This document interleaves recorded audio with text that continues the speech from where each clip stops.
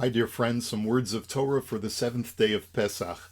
When leaving any place where you've lived for an extended period, you cannot simply sever your emotional and cultural ties from that place. As much as the Jews were liberated from Egypt, they took some of their Egyptian history with them too.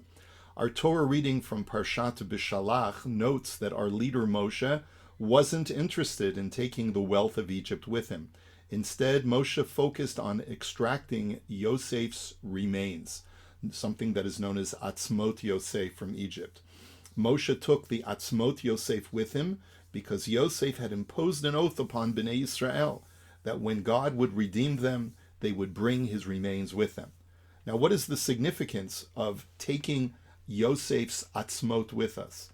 The word Atzmot doesn't just mean the remains. When read as Atzmut, it means the essence of something.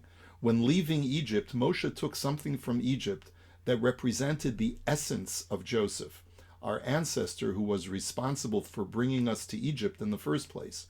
What was Yosef's essential ingredient that Moshe felt Bnei Israel would need for the future? We offer two suggestions. First, let's recall how Yosef ended up in Egypt. His father Yaakov had sent him to seek out his brethren in the field while they were grazing, in the hopes of bringing them all closer. As Yosef was wandering through Shechem, a man asked him what he was looking for. His response, Et achai anochi mevakesh, I just seek my brethren. This was the essence of Yosef, a brother who wished to consolidate the family under one banner. Moshe knew that in order for the Jewish people to have any future, they needed to have the spirit of Yosef, keeping them together as a cohesive family despite their differences.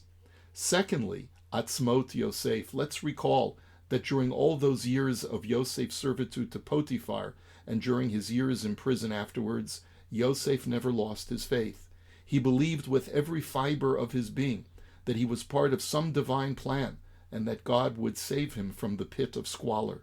When he was brought before Paro, he explained with absolute conviction that he could not do anything without God's intervention and guidance.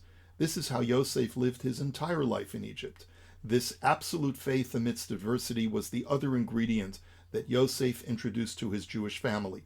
He settled them in the Egyptian town of Goshen and reassured them that he would take care of them and that all would be well.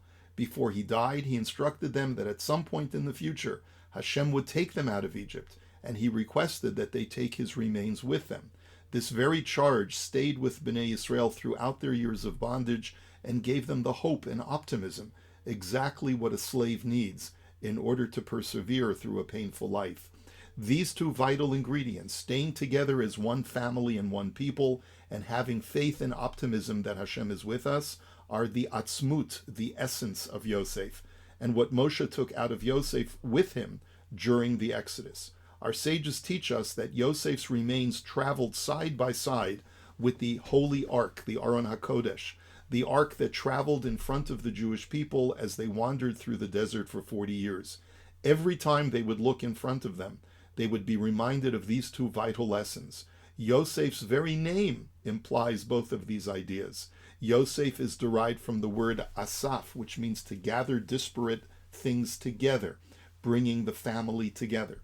Secondly, when Rachel gave birth to her first child, Yosef, she named him Yosef out of a hope and optimism that Yosef Hashem li ben acher, God will grant me another son.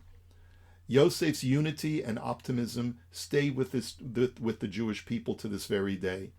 Over the Chag, I'll be sharing a story that emerges, one of those many, many stories that emerges from October 7th, 2023, about these two qualities of unity and optimism for the future. As we journey through the desert beyond the Red Sea, let's remember Yosef's example that stay with us and will continue leading us through the desert of Jewish history until the ultimate redemption, dear friends. May we see it. B'mheira b'yameinu amen. Here's wishing you a Chag Sameach for the last days of the Chag, and we look forward to seeing you soon.